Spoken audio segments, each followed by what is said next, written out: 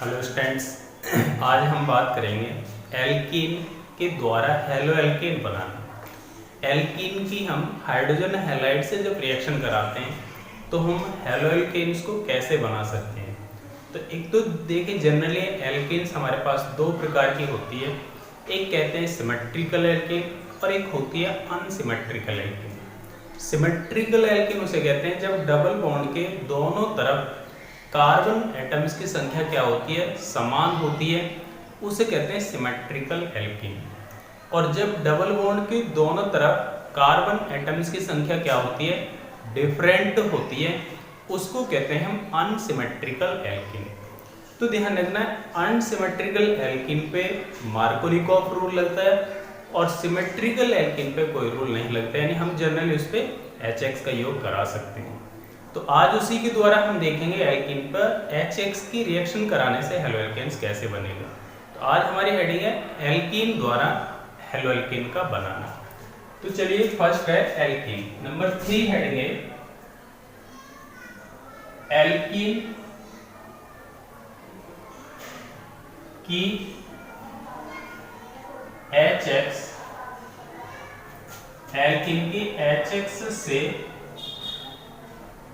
अभिक्रिया द्वारा, HX से अभिक्रिया द्वारा हेलो एल्केन बनाना,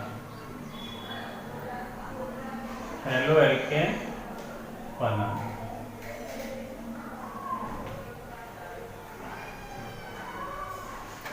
तो देखिए, हेलो एल्केन, एल्केन्स दो प्रकार की कौन कौन सी होती है।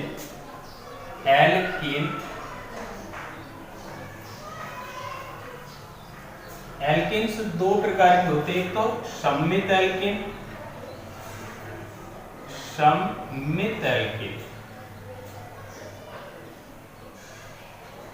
दूसरी होती है असममित एल्केन, असममित एल्केन। यानी ये है सिमेट्रिकल एल्केन और इसे कहते हैं अनसिमेट्रिकल एल्केन।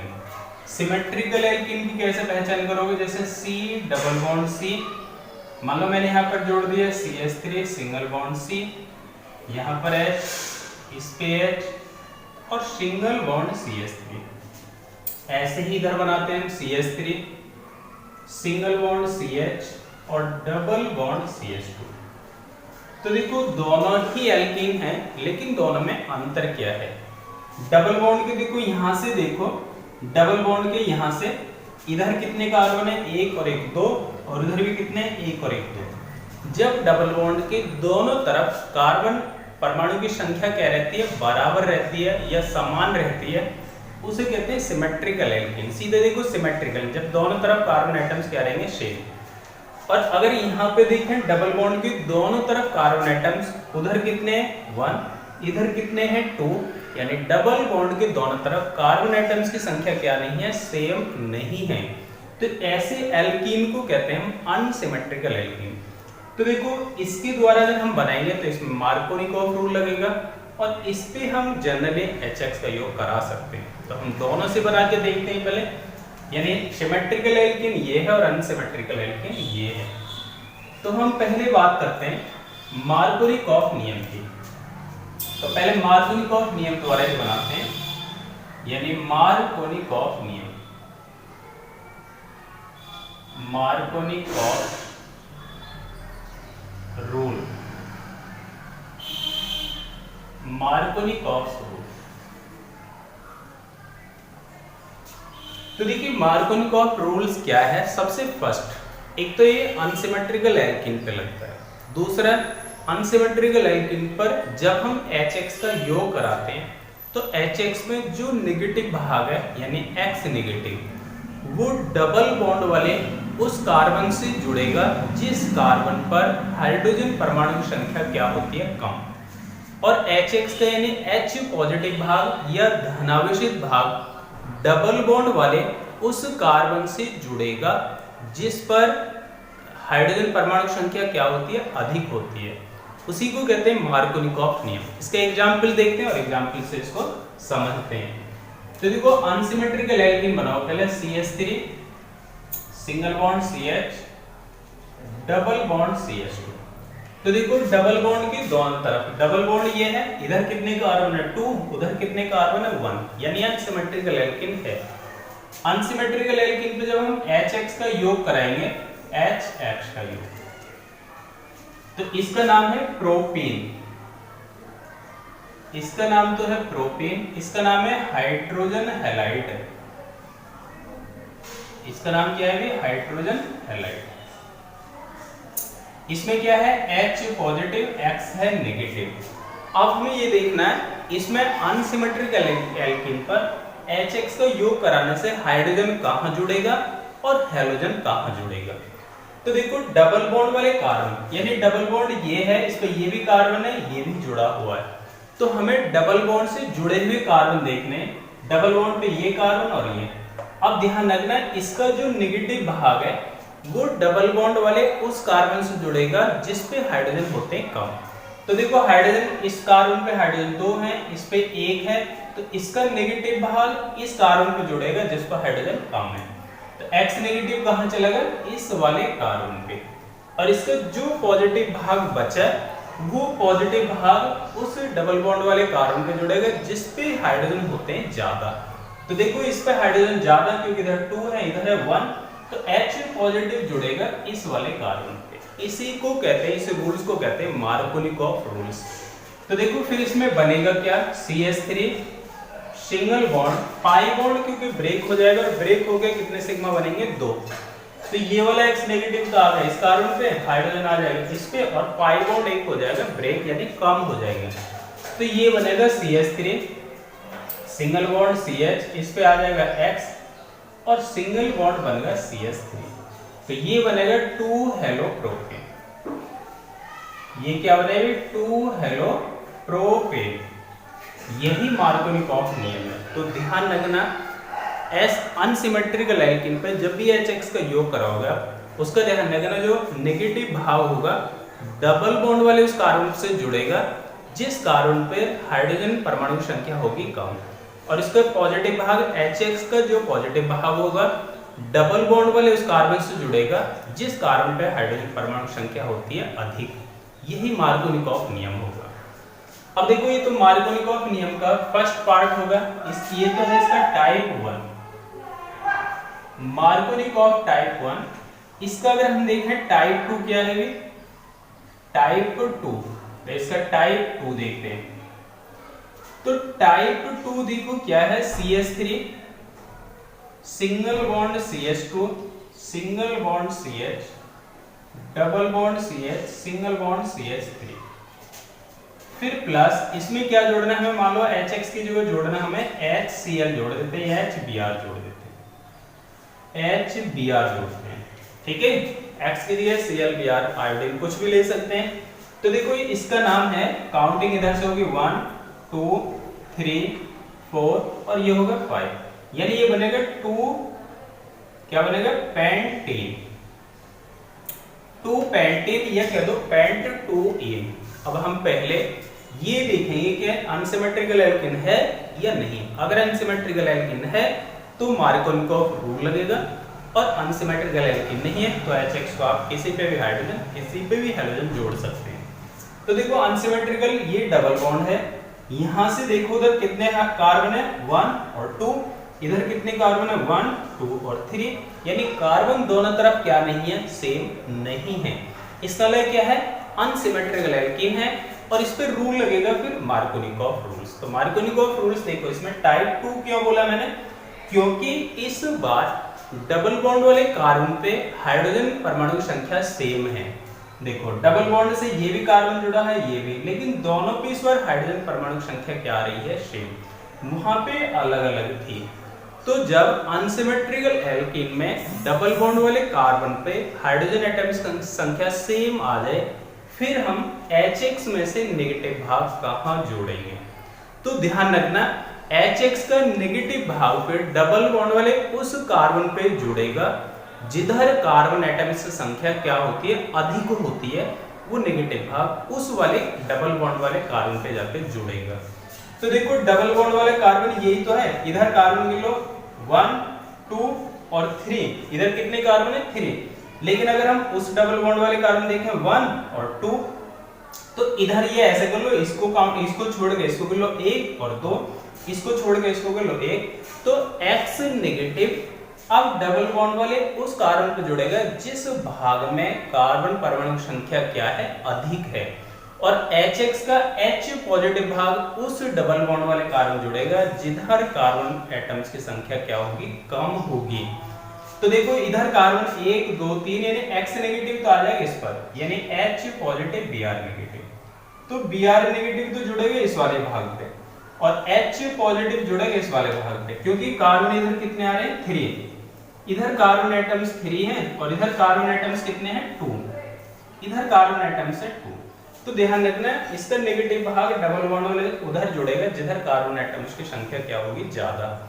तो इसको जोड़ते हैं, देखो बनाते हैं, क्या बनता है CH3 single bond CH2 single bond CH, इस पे आ जाएगा Br, फिर सिंगल बॉन्ड CH2, फिर सिंगल बॉन्ड बनेगा CH3। तो 1 2 3 4 और 5। देखो Br तो यहाँ इस कार्बन पे जुड़ गया, हाइड्रोजन इस कार्बन पे जुड़ गए, तो देखो पाई बॉन्ड क्योंकि ब्रेक हो गया, पाई बॉन्ड ब्रेक हो गई तो जुड़ा है, तो ये बनेगा 3 ब्रोमोपेंटेन, ये बना 3 ब्रोमोपेंटेन, 3 ब्रोमोपेंटेन। तो यही मार्कोनिकॉफ का सेकंड टाइप कहलाता है, मार्कोनिकॉफ रूल्स का सेकंड टाइप। तो ध्यान रखना है मार्कोनिकॉफ रूल का टाइप फर्स्ट, ये टाइप होगा सेकंड। दोनों के द्वारा हम अनसिमेट्रिकल एल्केन पर HX का योग करा के हेलो एल्केन बना सकते हैं। अब चलते हैं इससे नेक्स्ट चलते हैं, इसी का एक अपोजिट है, दूसरा रूल है, उसको कहते हैं, यानी वो रूल्स मार्कोनिकॉफ का बिल्कुल क्या है, विपरीत है, इसलिए उसको एंटी मार्कोनिकॉफ रूल्स भी कहते हैं। उसके बहुत सारे नाम हैं, एंटी मार्कोनिकॉफ रूल्स कह दो, वो हमेशा पेरोक्साइड उत्प्रेरक की उपस्थिति में होता है, इसलिए उसको पेरोक्साइड इफेक्ट भी कहते हैं। और उसको किसने दिया था, खैरेश वैज्ञानिक ने दिया था, इसलिए उसको खैरेश इफेक्ट भी बोलते हैं। तो 3 नाम हुए इसके, anti Markovnikov rule, peroxide effect और खैरेश इफेक्ट। तो चलिए उसको देखते हैं क्या है और उसके द्वारा हेलो एल्केन्स बनाते हैं।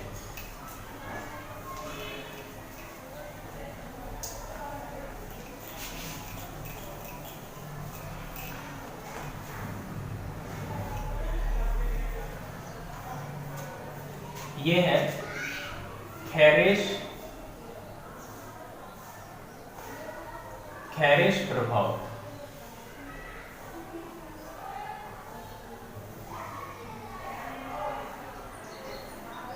खैरेश इफेक्ट या पेरोक्साइड इफेक्ट,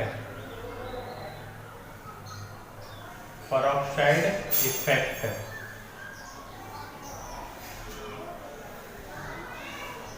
खैरेश इफेक्ट या पेरोक्साइड इफेक्ट। एक बार ध्यान रखना, मार्कोनिकॉफ रूल्स में जब हमने HX का योग कराया था, वो कौन से इलेक्ट्रॉन स्नेही योग अभिक्रिया है, यानी वो क्या है, उसमें ध्यान रखना हमेशा, उसमें पॉजिटिव और नेगेटिव भाग का योग किया हमने, तो इसलिए वो इलेक्ट्रॉन स्नेही योग अभिक्रिया है, लेकिन ये मुक्त मूलक योग अभिक्रिया है।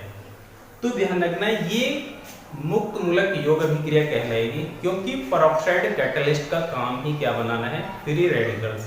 3 कंडीशन ध्यान रखना हमेशा, अगर आप किसी रिएक्शन को सनलाइट के प्रेजेंस में करा रहे हो तो भी फ्री रेडिकल बनेंगे, सनलाइट के प्रेजेंस में, हाई टेम्परेचर की प्रेजेंस में, या आप बना रहे हो पेरोक्साइड कैटलिस्ट के प्रेजेंस में कोई रिएक्शन करा रहे हो, तो वो हमेशा फ्री रेडिकल रिएक्शन होगी।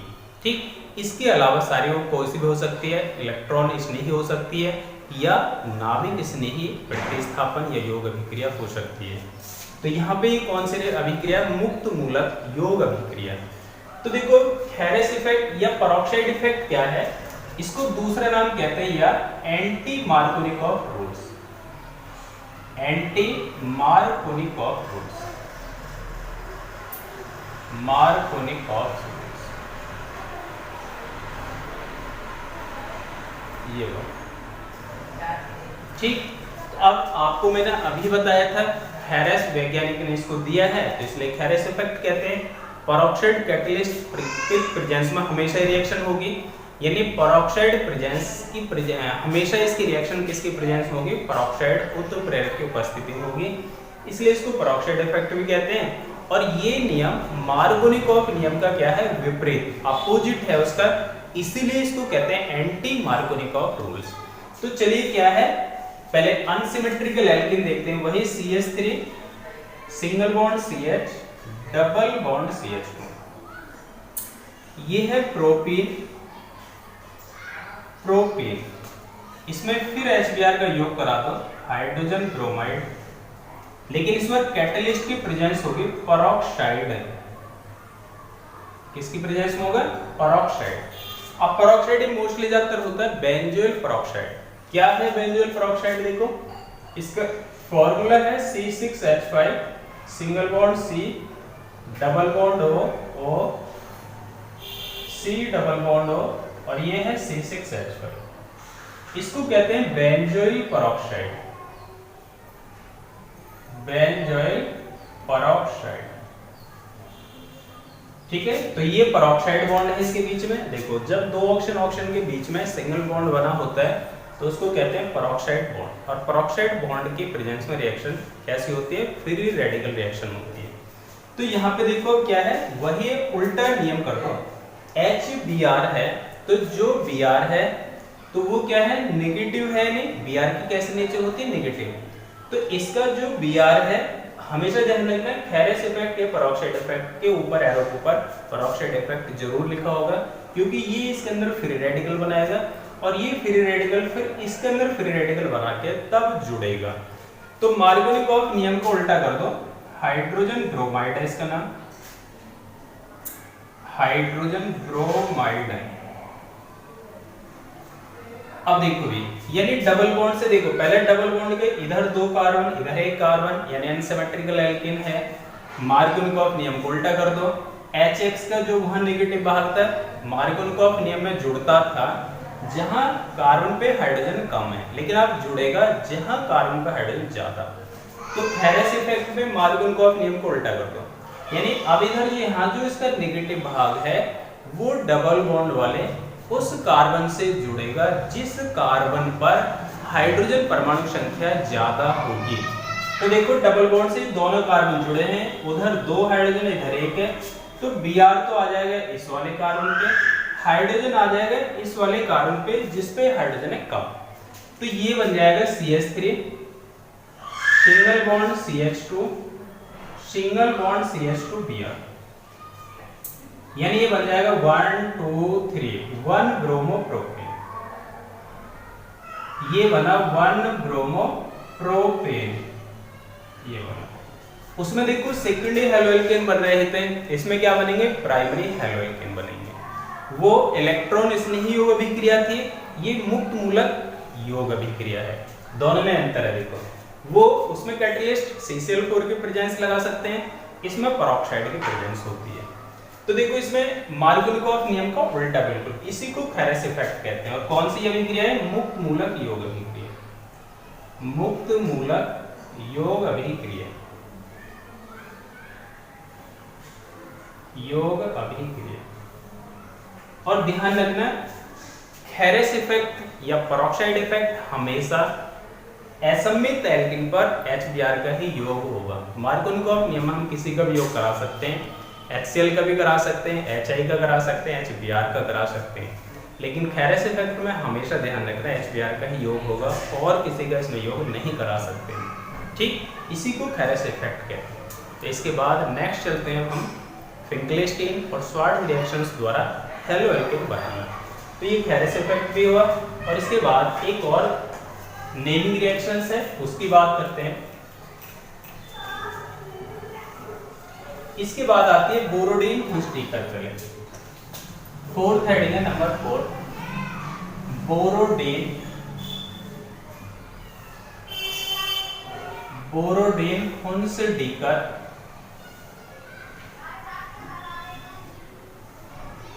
हुंसडीकर रिएक्शन।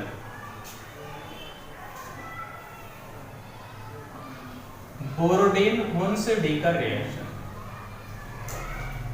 तो देखिए साइंटिस्ट नेम है और साइंटिस्ट नेम पे रिएक्शंस क्या है, नेमिंग रिएक्शंस होती है। बोरोडिन हुंस्टिकर इंपॉर्टेंट है, आ सकती है। तो बोरोडिन हुंस्टिकर देखो क्या है, जब हम मोनोकार्बोक्सिलिक आम्ल के सिल्वर लवण की रिएक्शन कराते हैं हम किसमें, Cl2 या Br2 के साथ। किससे रिएक्शन कराते हैं, Cl2 या Br2 के साथ, तो हमें क्या है एल्किल क्लोराइड या एल्किल ब्रोमाइड बनता है, उसी को कहते हैं हम बोरोडिन हुंस्टिकर। तो चलिए रिएक्शन देखते हैं, फिर से समझते हैं इसको।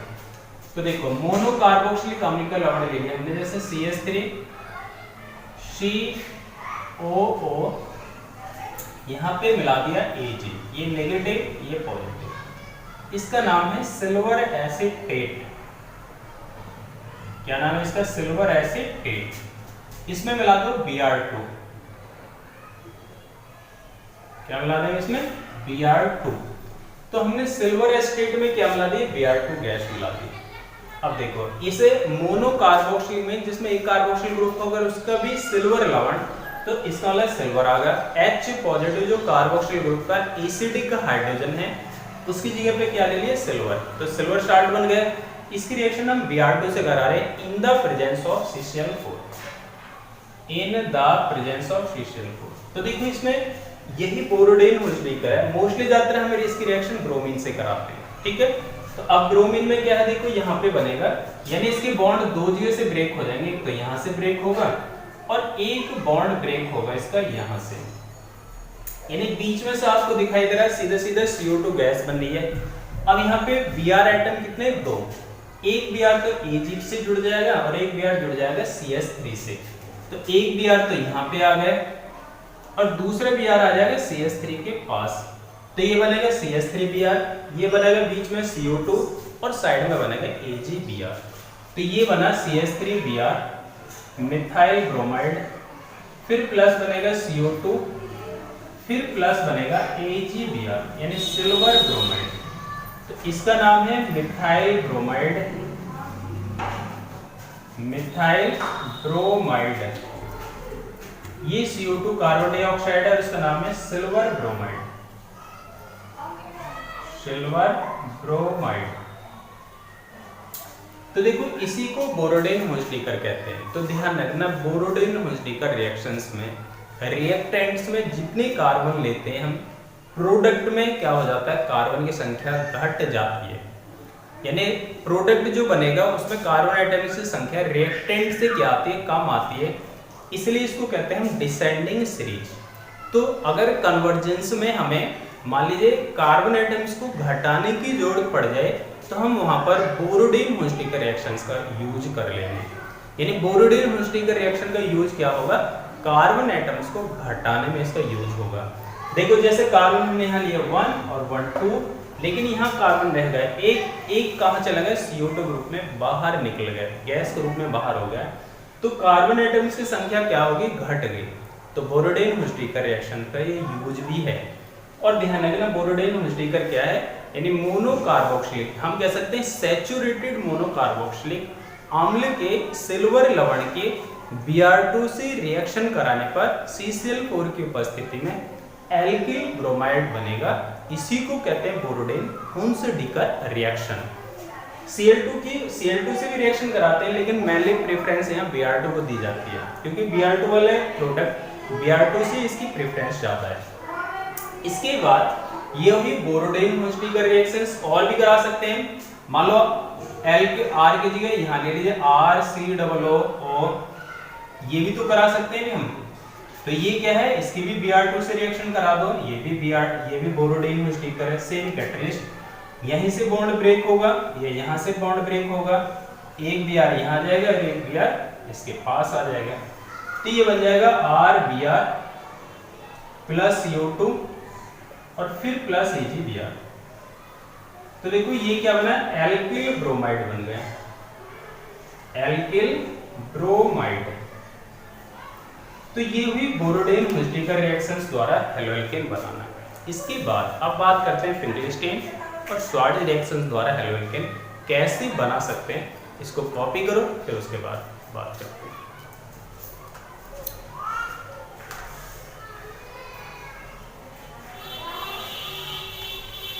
तो देखिए भी नेक्स्ट है हमारी फिंकलिस्टीन रिएक्शंस। तो फिंकलिस्टीन रिएक्शंस क्या होती है, देखो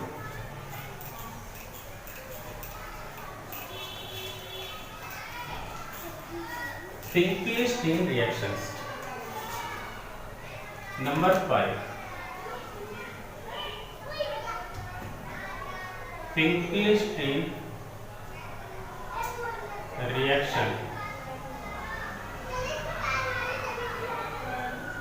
देखिए फिंकलिस्टीन रिएक्शंस क्या होती है। फिंकलिस्टीन रिएक्शंस कहते हैं हम जब एल्किल क्लोराइड या एल्किल ब्रोमाइड की एसीटोन की प्रेजेंस में हम रिएक्शन कराते हैं तो हमेशा हमें क्या बनेगा, एल्किल आयोडाइड मिलेगा। ध्यान रखना फिंकलिस्टीन रिएक्शन से हम केवल एल्किल आयोडाइड ही बना सकते हैं और कोई हैलोजन इससे नहीं बनेगा। तो देखो इसकी रिएक्शन देखते हैं हम। एल्किल क्लोराइड यानी जैसे मान लीजिए मैंने लिया CH3 सिंगल बॉन्ड CH2, यहाँ पे मैंने मिला दिया Br। दूसरी रिएक्शन ली इसमें CH3 CH2, यहाँ पे ले लिया Cl और दोनों में मिला दो सोडियम आयोडाइड। क्या मिला देंगे इसमें, सोडियम आयोडाइड मिला दीजिए। ये किसकी प्रेजेंस में, एसीटोन की प्रेजेंस में, एसीटोन। इसमें भी किसकी प्रेजेंस होगी, एसीटोन, ये वाला। तो देखो ये क्या है, इथाइल ब्रोमाइड, ये तो है इथाइल ब्रोमाइड और ये है इथाइल क्लोराइड, इथाइल क्लोराइड। तो इसमें देखो होगा क्या, हैलोजन का इसमें एक दूसरे से एक्सचेंज हो जाएगा, यानी हैलोजन एक दूसरे से एक्सचेंज हो जाते हैं, इसलिए इसको हैलाइड विनिमय रिएक्शन भी कहते हैं। तो इसमें क्या होगा, देखो आयोडीन Br की जगह आ जाएगा, आयोडीन यहाँ Cl की जगह आ जाएगा। तो ये बन जाएगा CH3 single bond CH2 single bond I और फिर प्लस बनेगा NaBr। क्या बनेगा ये, NaBr। यहाँ भी क्या बनेगा, CH3 single bond CH2 single bond I और बनेगा NaCl। यानी यहाँ भी क्या बनना है, इथाइल आयोडाइड, यहाँ भी क्या बनना है, इथाइल आयोडाइड, ये वाला, और यहाँ भी इथाइल आयोडाइड है। यानी फिंकलिस्टीन रिएक्शन द्वारा हम केवल एल्किल आयोडाइड ही बना सकते हैं। और दूसरे ध्यान रखना इसमें हैलाइड विनिमय रिएक्शन है, हैलोजन द्वारा एक दूसरे का क्या हो जाता है, एक्सचेंज हो जाता है, इसलिए इसको हैलाइड विनिमय रिएक्शंस कहते हैं। यहाँ पे देखो एसीटोन की प्रेजेंस में आयोडीन Br से एक्सचेंज हो रहा है, यहाँ पर आयोडीन Cl द्वारा एक्सचेंज हो रहा है, दोनों एक दूसरे को एक्सचेंज कर रहे हैं, हैलाइड विनिमय रिएक्शन से। इसके बाद अब नेक्स्ट बात करते हैं स्वार्ट्ज रिएक्शंस पे। स्वार्ट्ज रिएक्शंस क्या होती है, देखो नंबर 6 स्वार्ट्ज रिएक्शंस।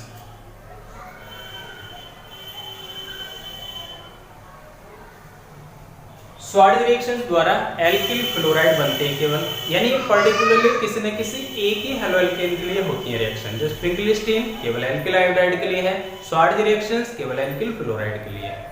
तो इनकी ध्यान रखना, हम इसमें एल्किल आयोडाइड ही बनेगा और कुछ नहीं बनेगा। स्वार्ट्ज रिएक्शंस का हम तब यूज करेंगे जब हमसे पूछे एल्किल फ्लोराइड बनाओ, तो हम इसके द्वारा एल्किल फ्लोराइड बना सकते हैं। इसके बनाएंगे कैसे, ये है तो इसके द्वारा देखो हम, यानी कोई भी मेटल फ्लोराइड्स, मेटेलिक फ्लोराइड से रिएक्शंस कराते हैं और उसके द्वारा हम क्या बना सकते हैं, एल्किल फ्लोराइड बना सकते हैं। तो देखो उसके द्वारा कैसे बनेंगे, स्वार्ट्ज रिएक्शंस में मान लो CH3 single bond CH2 single bond Cl, फिर प्लस मैंने मिला दिया इसमें मान लीजिए HBF3 मिला दो या Hg2F2 मिला दो, Hg2F2।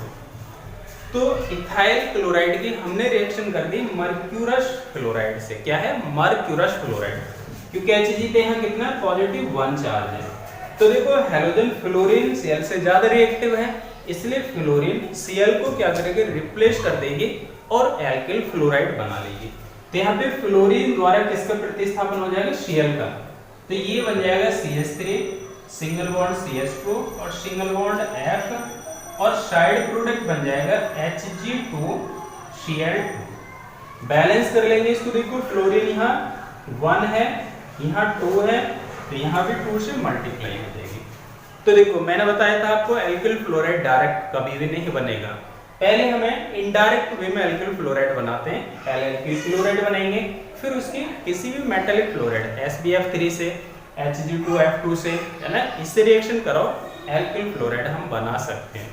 जैसे देखो इसका सेकंड एग्जांपल है CH3 सिंगल बॉन्ड C, यहाँ पे Cl, इस पे Cl और यहाँ पे आ गया CH3। इसकी रिएक्शन एंटीमनी फ्लोराइड से करा रहे हैं SbF3 से। तो SbF3 से देखो क्या बनेगा, जहां जहां Cl है इनको दोनों को फ्लोरीन रिप्लेस कर देगा, यहाँ भी फ्लोरीन आ जाएगा, यहाँ भी फ्लोरीन आ जाएगा। तो ये बन जाएगा CH3, C पे ऊपर F, यहाँ भी क्या आ जाएगा F, और ये बनेगा CH3। अब देखो क्योंकि 3 क्लोरीन आ रहे हैं तो वहां 3 Cl चले जाएंगे, तो यहाँ बन जाएगा SbCl3 एंटीमनी क्लोराइड। SbCl3 बनेगा, यहाँ क्लोरीन कितने 3, यहाँ कितने 2, तो यहाँ कर दो 3 से मल्टीप्लाई और यहाँ कर दो फिर 2 से, और यहाँ भी कितने से हो जाएंगे 3 से, और यहाँ भी कितने से हो जाएंगे 2 से, यानी यहाँ बन जाएगा 1 2 3 2 डाइफ्लोरो 2 डाइफ्लोरो प्रोपेन बनेगा 2 डाइफ्लोरो। तो ये सभी नेमिंग रिएक्शंस द्वारा हमने हेलोएल्केन्स के बनाने की सारी विधियां पूरी कर ली। इसके बाद नेक्स्ट लेक्चर मिलते हैं हेलोएल्केन्स की फिजिकल प्रॉपर्टी और केमिकल प्रॉपर्टी, ठीक। तो इसमें आई थिंक आपको सारी चीज़ें समझ में आई होंगी, अच्छी तरीके से आपको एक एक पॉइंट समझाया। उसके बाद यदि आपको कोई पॉइंट्स क्लियर करना है तो कमेंट्स बॉक्स में आप शेयर करें, और प्लीज़ ज़्यादा से ज़्यादा सब्सक्राइब और शेयर करें। Thank you very much.